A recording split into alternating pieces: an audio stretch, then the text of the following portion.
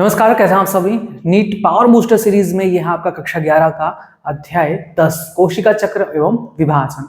उम्मीद करता हूं कि आपने इसको देखने से पहले एनसीईआरटी का चैप्टर नंबर 10 यानी कोशिका चक्र और विभाजन अच्छी तरीके से पढ़ लिया है। ये एक रिवीजन क्लास है जिसमें ऑब्जेक्टिव क्वेश्चंस के माध्यम से एनसीईआरटी के 100% लाइन को बताया जाएगा। सबसे पहला क्वेश्चन देखते हैं। ईस्ट कोशिका कोशिका चक्र द्वारा वृद्धि करती है लगभग। आपके एनसीईआरटी में दो कोशिकाओं का मेंशन है कि कितने टाइम में वो विभाजन करती हैं, कोशिका चक्र उनका कंप्लीट होता है। एक तो मानव की कोशिका का जो कि 24 घंटे में, प्रत्येक 24 घंटे में विभाजित होता है, और वहीं दिया गया है ईस्ट कोशिका का जो कि 90 मिनट लेता है एक कोशिका चक्र को कंप्लीट करने में, यानी ऑप्शन सी इसका सही आंसर है। दूसरा क्वेश्चन देखते हैं कि एक कायिक कोशिका जानते हैं ना। कोशिका अगर हम शरीर में बात करें, जीवों के शरीर में, तो कोशिका दो प्रकार की होती है। एक कायिक कोशिका होती है, एक जनन कोशिका होती है। तो आपको पता है कि जो कायिक कोशिका होती है उसमें गुणसूत्र की मात्रा 2n होती है, यानी कंप्लीट सेट ऑफ क्रोमोसोम्स पाए जाते हैं। और अगर हम जनन कोशिका की बात करें जो कि होती है युग्मक जो होती है वो अगुणित होती है, जिसे हम एन से रिप्रेजेंट करते हैं, यानी हाफ सेट ऑफ क्रोमोसोम। अगर इसमें गुणसूत्र 46 है तो इसमें गुणसूत्र की संख्या 23 होती है, ठीक है, आधी होती है। तो कह रहे हैं एक कायिक कोशिका में जिसमें अपने कोशिका चक्र की अभी एस प्रावस्था को पूरी किया है, युग्मक की तुलना में 4 ऑप्शन दिया गया है, उनमें से आपको छांटना है। तो यहां पर देखो एस प्रावस्था का मतलब क्या होता है, डीएनए दोगुनी हो जाती है, क्रोमोसोम की संख्या वही रहता है, क्रोमोसोम संख्या वही रहता है। कह रहे हैं कि गुणसूत्रों की संख्या समान होती है लेकिन डीएनए की मात्रा दुगनी हो जाती है। देखो एस प्रावस्था में डीएनए तो दुगनी हो जाती है लेकिन गुणसूत्र की संख्या में कोई परिवर्तन नहीं आता है, गुणसूत्र की संख्या में परिवर्तन नहीं होता एस प्रावस्था में। लेकिन आप अगर देखो युग्मक की तुलना कर रहे हैं कायिक कोशिका से, तो युग्मक से 2 गुने गुणसूत्र होते हैं कायिक कोशिका में, यानी गुणसूत्रों की संख्या क्या होगी, 2 गुनी। तो गुणसूत्रों की संख्या दुगनी होती है। अब देखो 46 में एस प्रावस्था के बाद जो क्रोमोसोम होता है 2C से 4C हो जाता है। अगर 46 में 2C था तो 23 में कितना होगा, C से कितना हो गया 4C। एस प्रावस्था के बाद डीएनए की मात्रा का अगर देखी जाए तो 4C हो जाती है, यानी डीएनए की मात्रा कितनी गुनी हो गई, 4 गुनी युग्मक की तुलना में। तो डीएनए की मात्रा क्या हो जाती है, 4 गुना अधिक हो जाती है। यही लाइन आपका सही होगा। इतनी बात क्लियर है। आप पढ़े हो कि जब एस प्रावस्था होती है तो एस प्रावस्था में डीएनए की मात्रा दुगनी होती है, गुणसूत्र की संख्या में कोई परिवर्तन नहीं आता। युग्मक से 2 गुना है कायिक कोशिका, तो गुणसूत्र की संख्या तो दुगनी है। वही हम बात करें कि एस प्रावस्था के बाद डीएनए की मात्रा 4C यानी 4 गुना हो जाती है, 2 गुना हो जाती है, 2 से 4 गुना हो जाती है। लेकिन जब गुणसूत्र 46 होते हैं तब, तो युग्मक के संदर्भ में देखा जाए तो ये 4 गुना हो जाती है। ऑप्शन नंबर 20 का सही आंसर है। नेक्स्ट, कोशिका चक्र के एस प्रावस्था में क्या होता है, एस प्रावस्था को कहते ही है सिंथेसिस। सिंथेसिस का मतलब होता है निर्माण।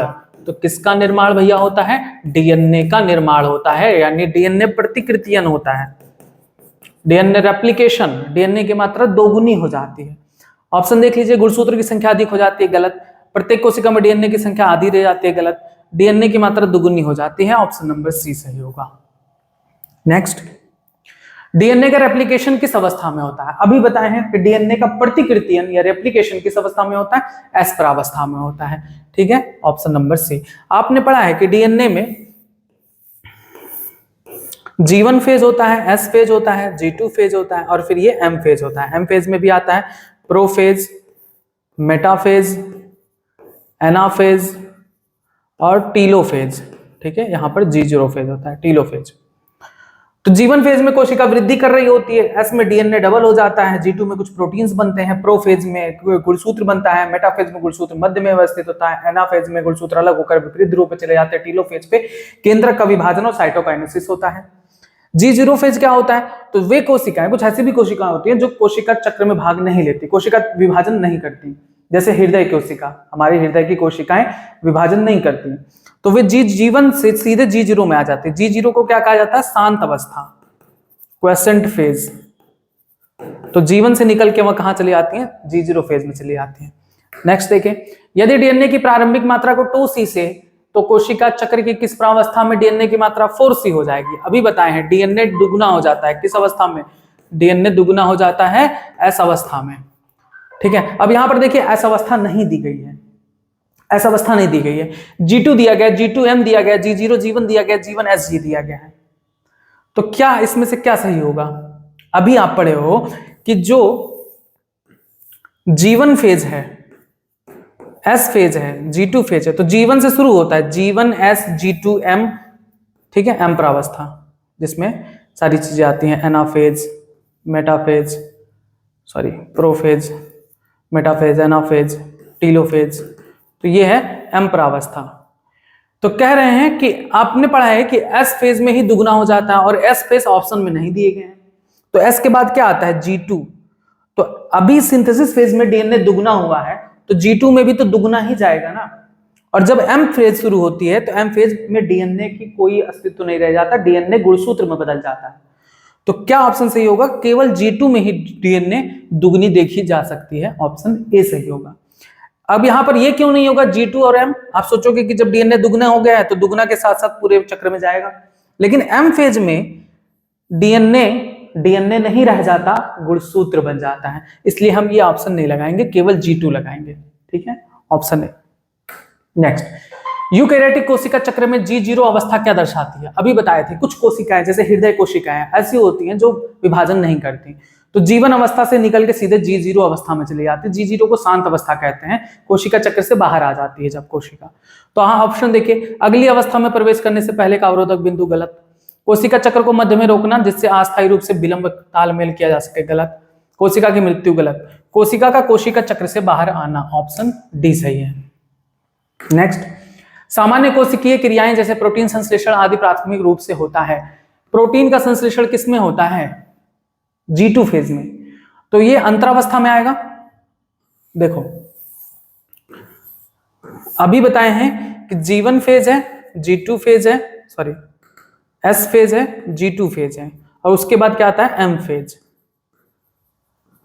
इन तीनों को क्या कहा जाता है? इन तीनों को कहा जाता है अंतरावस्था, यानी इंटरफेज। तो कोशिका विभाजन के लिए तैयार हो रही होती है, ठीक है, G1 फेज में तैयार हो रही होती है, वृद्धि कर रही होती है, S फेज में डीएनए डबल हो जाता है, G2 फेज में प्रोटीन निर्माण होता है। ये सारी प्रक्रिया कहां होती है? अंतरावस्था में। तो प्रोटीन संश्लेषण होता है G2 में, तो कह सकते हैं अंतरावस्था में, इंटरफेज में, ऑप्शन ए सही होगा। नेक्स्ट, डीएनए का द्विगुणन होता है, फिर वही क्वेश्चन, डीएनए का द्विगुणन किस अवस्था में होता है? एस फेज में, इसीलिए उसे सिंथेसिस फेज कहते हैं।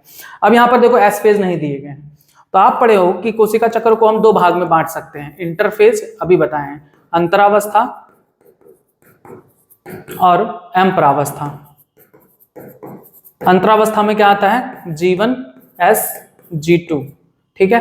तो G1 S G2, S किस में आ रहा है? अंतरावस्था में, तो लगा दो अंतरावस्था यानी इंटरफेज, ऑप्शन डी। अब देखो तारक केंद्रों का प्रतिकृति, ये भी बहुत इंपॉर्टेंट है। तारक केंद्र केवल जंतु कोशिका में पाए जाते हैं, तो जंतु कोशिका में जिस समय एस फेज में डीएनए डबल हो रहा होता है, उसी दौरान तारक केंद्र का भी द्विगुणन होता है, ठीक है, इस बात को भी ध्यान रखना। यानी एस फेज बहुत इंपॉर्टेंट है। एक तो ये कि डीएनए डबल हो जाता है, रेप्लिकेशन होता है, दूसरा तारक केंद्र भी डबल हो जाता है, ठीक है, ये भी इंपॉर्टेंट है। नेक्स्ट, विभेदित कोशिका को किस अवस्था में अरेस्ट कर लिया जाता है? अरेस्ट करने का मतलब है रोक दिया जाता है, तो वो है G0 अवस्था, ठीक है, ऑप्शन सी।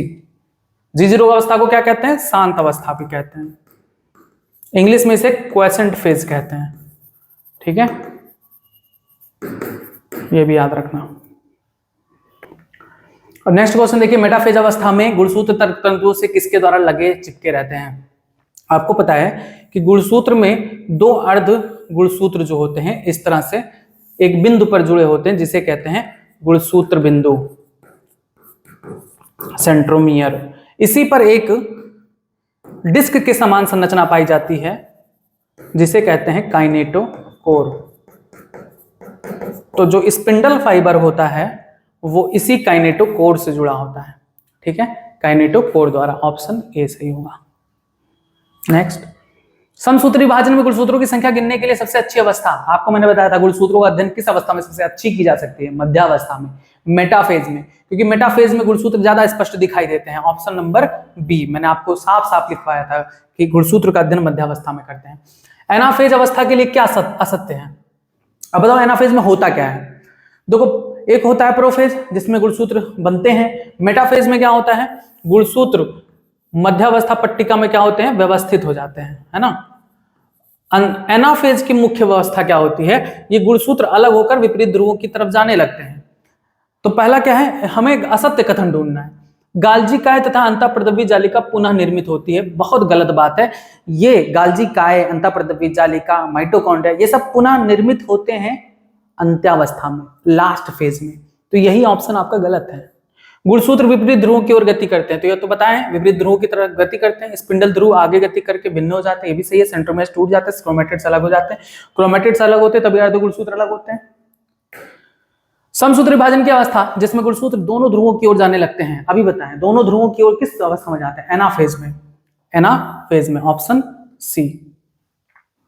नेक्स्ट क्वेश्चन देखिए, निम्न में से कौन सी घटना टीलोफेज का विशेषीकृत लक्षण नहीं है?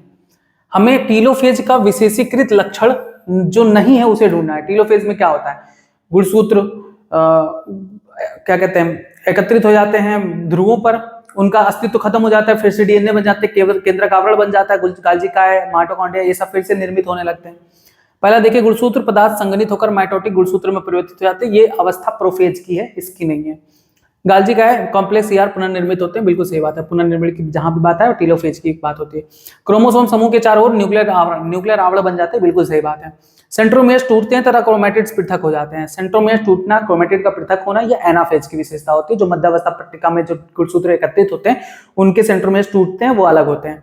क्रोमोसोम समूह विपरीत स्पिंडल ध्रुव पर एकत्रित हो जाते हैं, बिल्कुल सही बात है। क्रोमोसोम विपरीत ध्रुव पर एकत्रित होकर फिर से विघटित होकर डीएनए बना लेते हैं, ठीक है। ये भी टीलोफेज की अवस्था, यानी 1 2 3 ये सही है, 2 गलत है, ए और डी, ऑप्शन बी। नेक्स्ट देखिए, शीर्ष मेरिस्टम में कोशिका विभाजन के समय नाभिकीय झिल्ली पुनः दिखाई देती है।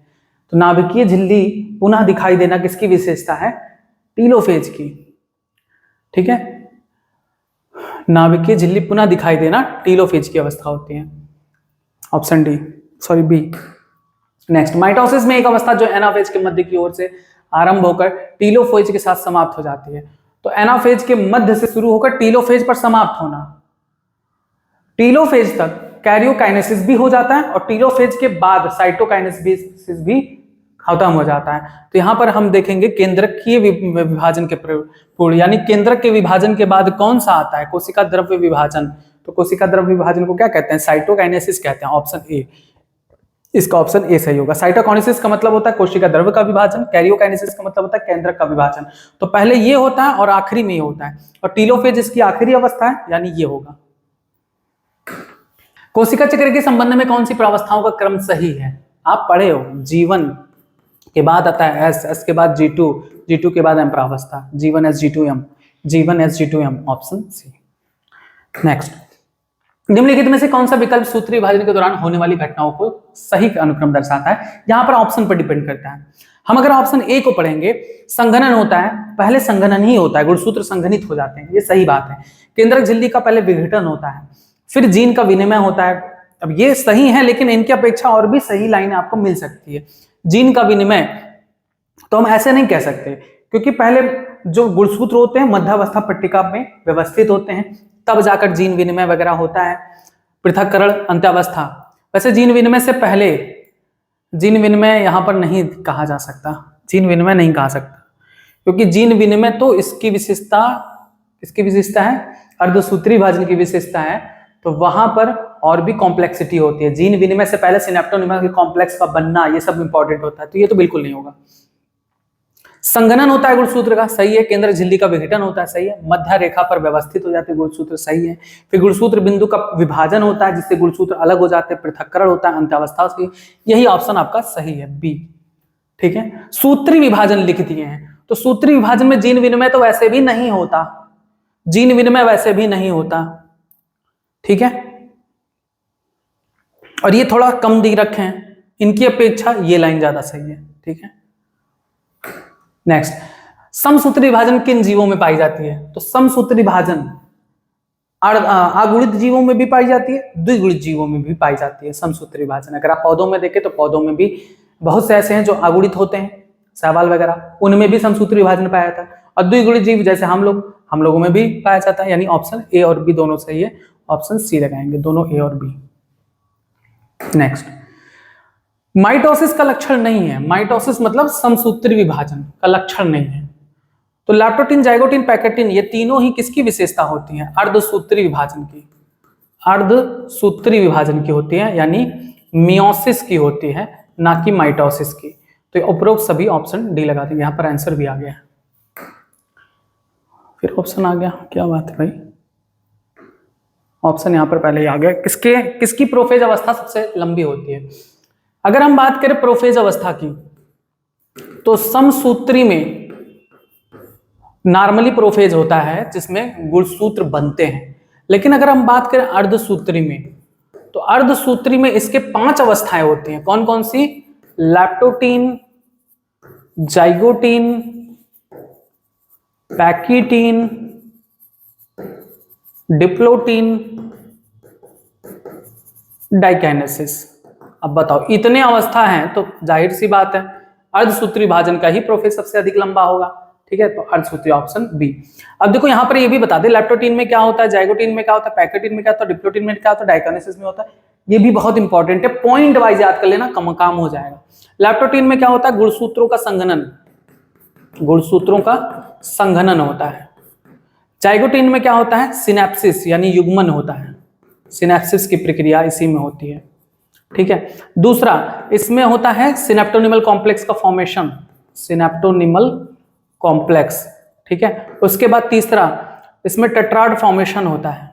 ठीक है, अगर हम बात करें पैकेटीन की, तो इसमें रिकॉम्बिनेशन नोड्यूल बनता है, रिकॉम्बिनेशन नोड्यूल फॉर्मेशन होता है।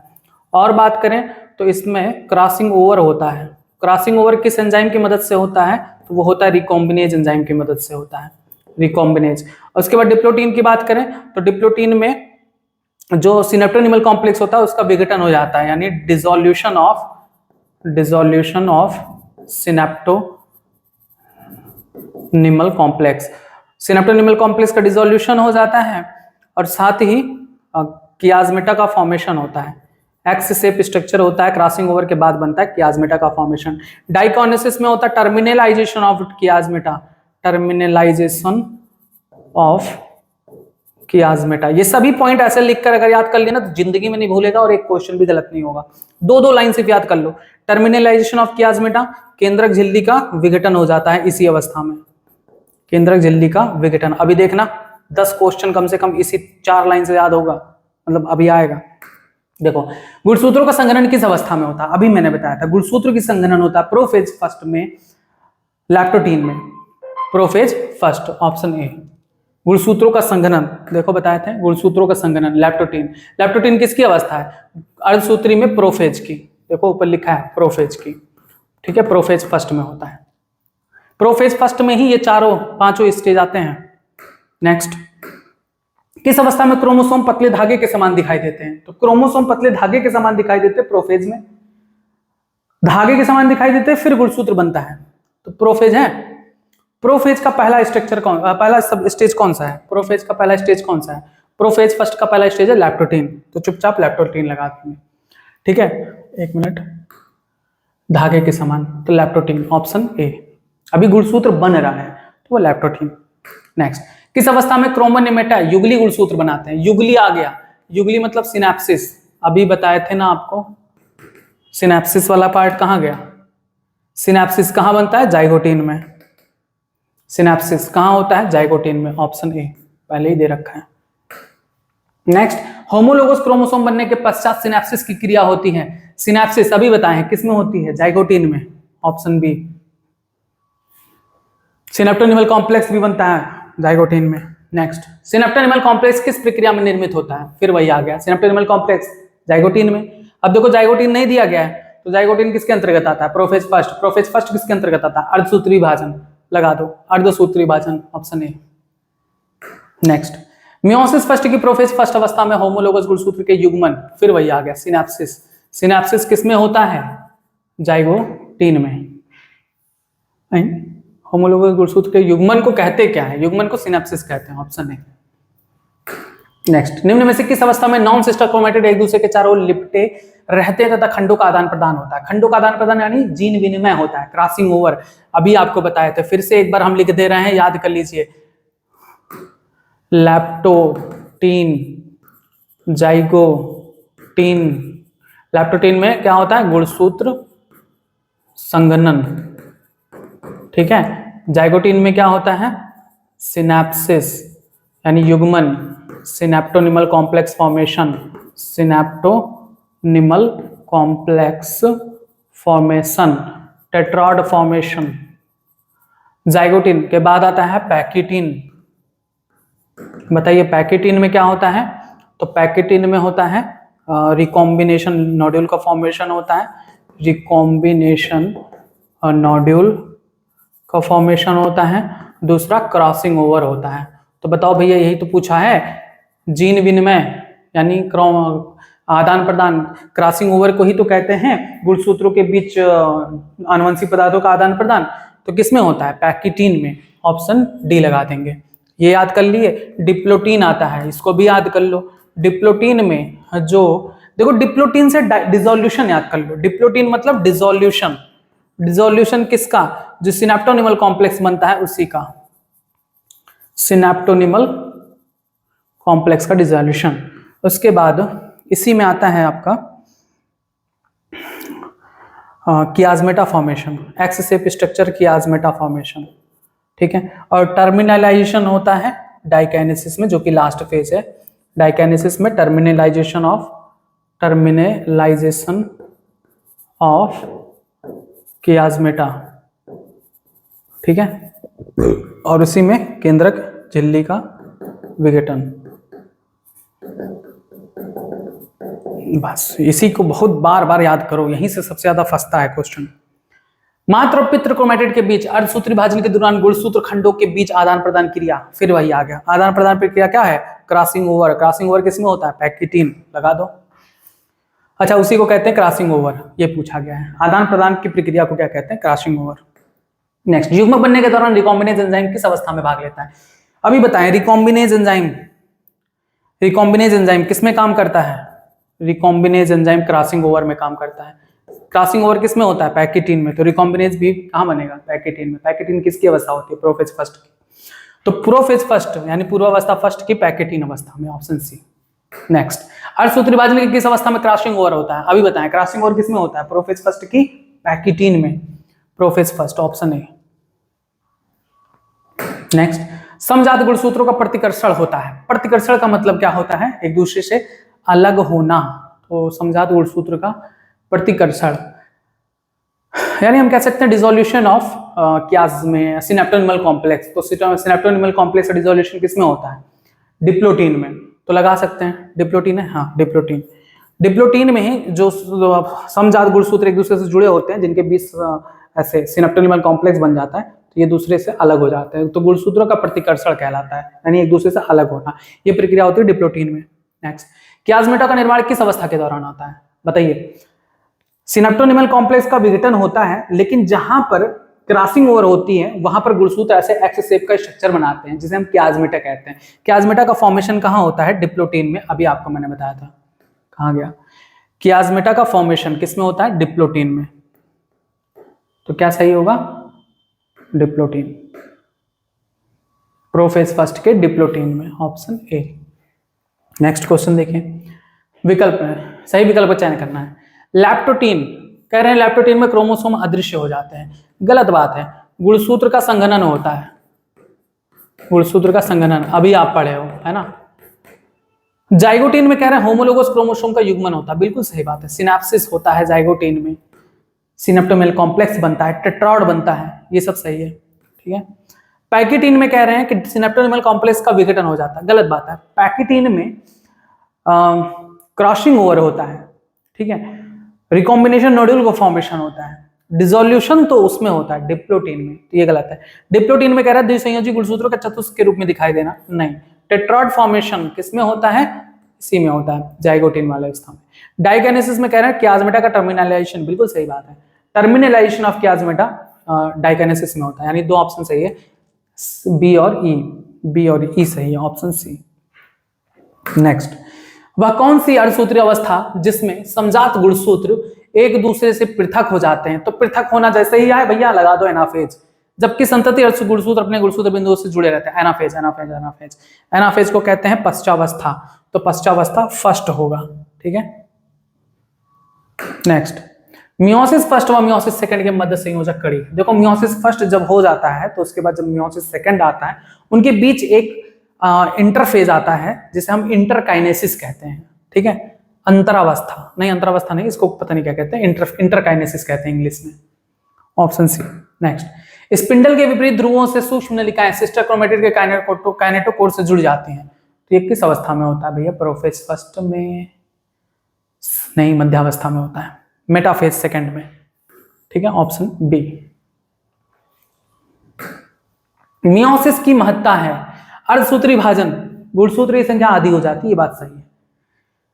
युग्मकों के निर्माण में, युग्मक के निर्माण में अर्धसूत्री भाजन होता है, ये सही बात है, लेकिन हम सही टर्म देखेंगे आगुणित अवस्था की स्थापना में, ये बहुत इंपॉर्टेंट है, क्योंकि गुणसूत्र आगुणित हो जाए इसी के लिए ही अर्धसूत्री भाजन होता है, जिससे जीवों में द्विगुणिता बनी रहे। युग्मकों, देखो आगुणित अवस्था होती है युग्मक में, युग्मक एक दूसरे से मिलते हैं फिर द्विगुणित अवस्था आ जाती है, यानी आगुणित अवस्था को उत्पन्न करने के लिए ही ये जरूरी होता है, ऑप्शन बी लगाएंगे।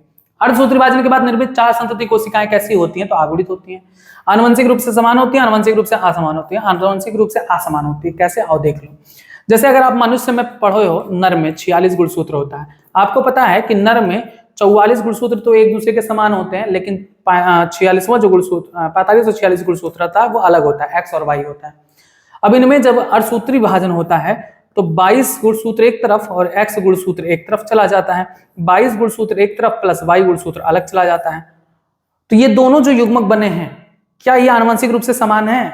नहीं, क्योंकि यहाँ पर एक एक्स है, यहाँ पर वाई है, तो ये आनुवंशिक रूप से असमान है। तो अर्धसूत्री भाजन के बाद जो संतति कोशिकाएं बनती है वो आनुवंशिक रूप से असमान बनती है, ऑप्शन बी लगाएंगे। नेक्स्ट, अर्धसूत्री भाजन की घटनाओं को सही क्रम में व्यवस्थित कीजिए। कह रहे हैं क्रॉसिंग ओवर होता है, सिनेप्सिस होता है, कियाज्मेटा का अंत होता है, केंद्रिका का अदृश्य होना। कौन सबसे पहले होता है? तो सबसे पहले होता है सूत्र युग्मन, सिनेप्सिस होगा, गुणसूत्र एक दूसरे के पास आएंगे, फिर इनके बीच क्या होगा? क्रॉसिंग ओवर होगा, जीन विनिमय होगा, फिर इनके बीच कियाज्मेटा बनेगा, कियाज्मेटा का अंत होगा, सी, फिर केंद्रिका का अदृश्य होना, डी, बीएसीडी, बीएसीडी यानी ये लगाएंगे। नेक्स्ट, अर्धसूत्री विभाजन का महत्व है गुणसूत्र की द्विगुणित संख्या को आगुणित संख्या में अपघटित करना, ये भी लाइन सही है। जीवों के लैंगिक प्रजनन में द्विगुणित गुणसूत्रों की संख्या को स्थिर रखना, बिल्कुल सही बात है। जो लैंगिक प्रजनन करने वाले जीव होते हैं उनके जो नए संतान है वो भी द्विगुणित हो, इसके लिए लैंगिक अर्धसूत्री विभाजन जरूरी होता है। किसी की जाति की जनसंख्या में आनुवंशिक विविधता उत्पन्न करने का, मोस्ट इंपॉर्टेंट पॉइंट, आनुवंशिक विविधता केवल और केवल लैंगिक जनन में उत्पन्न होती है, और वो भी किसकी मदद से? अर्धसूत्री भाजन की मदद से, क्योंकि अर्धसूत्री भाजन में होता है जीन विनिमय, क्रॉसिंग ओवर, तो जिससे जो गुणसूत्र हैं वो थोड़ा सा हेर फेर हो जाती है, जिससे उनके जो संतान होती है वो अपने माता पिता के बिल्कुल समान नहीं होती, अलग दिखती हैं, जिसे विविधता कहते हैं। उपरोक्त से भी लगाएंगे, ऑप्शन डी, तीनों लाइनें अर्धसूत्री भाजन के लिए सही है। नेक्स्ट, निम्न में से कौन सा समसूत्री भाजन में विशिष्ट है तथा अर्धसूत्री भाजन का भाग नहीं है? समसूत्री भाजन में विशिष्ट समजात गुणसूत्र स्वतंत्र रूप से व्यवहार करते हैं, बिल्कुल सही बात है। अगर हम देखें समसूत्री भाजन के संदर्भ में तो जो समजात गुणसूत्र होते हैं वो स्वतंत्रली अलग होते हैं, लेकिन अगर हम देखें अर्धसूत्री भाजन में तो जो समजात गुणसूत्र होते हैं उनके बीच क्रॉसिंग ओवर हो जाता है, तो स्वतंत्र कहाँ हुए? उनके बीच क्रॉसिंग ओवर हो गई, तब वो अलग होते हैं, तो यही ऑप्शन सही है, ऑप्शन ए। नेक्स्ट, कोशिका विभाजन आरंभ करता है, तो कोशिका विभाजन का आरंभ करता है तारकाय यानी सेंट्रोसोम, ऑप्शन ए। नेक्स्ट, सही युग्म का चयन करिए। ऐसा अवस्था में डीएनए प्रतिकृति, बिल्कुल सही बात है। जाइगोटिन में सिनेप्सिस, बिल्कुल सही है। डिप्लोटिन में क्रॉसिंग ओवर, डिप्लोटिन नहीं, पैकेटिन में क्रॉसिंग ओवर होता है, डिप्लोटिन में डिसोल्यूशन ऑफ सिनेप्टोनिमल कॉम्प्लेक्स होता है। मियोसिस दोनों हैप्लॉइड और डिप्लॉइड कोशिका में, गलत बात। मियोसिस अगर हम अर्धसूत्री भाजन देखें तो अर्धसूत्री भाजन डिप्लॉइड कोशिका में ही सिर्फ होती है, कुछ एक्सेप्शन है, जैसे मधुमक्खी में, मधुमक्खी में जो मादा मक्खी होती है, रानी मक्खी, उसके पास सुपर नेचुरल पावर होता है कि वो बिना, क्या कहते हैं, हाँ लेकिन वहां पर भी तो समसूत्री होगा, नहीं सही है, केवल डिप्लॉयड कोशिका में होता है, हैप्लॉयड में होता ही नहीं है मियोसिस, क्योंकि मियोसिस का ये लक्षण होता है, मियोसिस यानी अर्धसूत्री का ये लक्षण होता है कि इससे जो गुणसूत्र होते हैं, मान लो 46 है तो आधा हो जाते हैं 23, यानी अगर द्विगुणित कोशिका है तो वो आगुणित हो जाती है।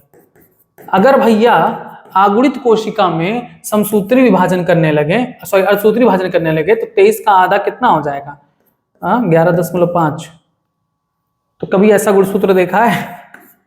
तो ये गलत है, अर्धसूत्री विभाजन कभी भी हैप्लॉइड में नहीं होता, यानी ये गलत है। गैप 2 अवस्था शांत अवस्था कहलाती है, गलत बात है, G0 अवस्था को कहते हैं, यानी ये भी लाइन गलत है। 3 लाइन सही है, ABC नहीं AC, AB केवल A और B, ठीक है, डिप्लोटीन भी गलत है, option A. Next, match the column.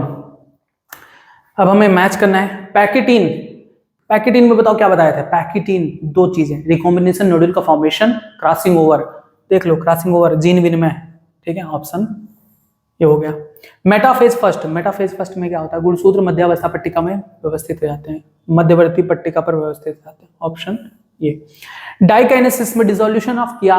Synaptonemal complex, synaptonemal complex का विघटन होता है, क्याज्मेटा का फॉर्मेशन होता है, क्याज्मेटा गुण समझात गुणसूत्र का युग्मन, तो युग्मन तो इसमें होता है, क्याज्मेटा का समापन, टर्मिनलाइजेशन, अच्छा हाँ डाइकाइनेसिस है, डिप्लोटीन नहीं है, डाइकाइनेसिस है, तो क्याज्मेटा का समापन होता है, सही है। एक का थर्ड बस यही लगा दो, बी। नेक्स्ट, बस ये था आज का टॉपिक, जिसमें आपने कक्षा 11 में अध्याय 10 कोशिका चक्र एवं विभाजन अच्छी तरीके से पढ़ लिया।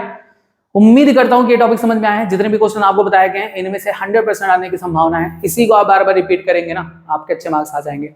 मैं जितना इस सीरीज में आपको बता रहा हूँ क्वेश्चंस, वो सारे क्वेश्चन अगर आप ये याद कर ले गए ना, सिर्फ क्वेश्चन याद कर ले गए उसके आंसर्स, तो आप ये चीज कर ले जाओगे। आप 90 में से 80 क्वेश्चन सही करके आओगे नीट में, ठीक है। बस आज का टॉपिक यहीं पर, उसके बाद नेक्स्ट टॉपिक में आपको नेक्स्ट पार्ट बताया जाएगा। धन्यवाद।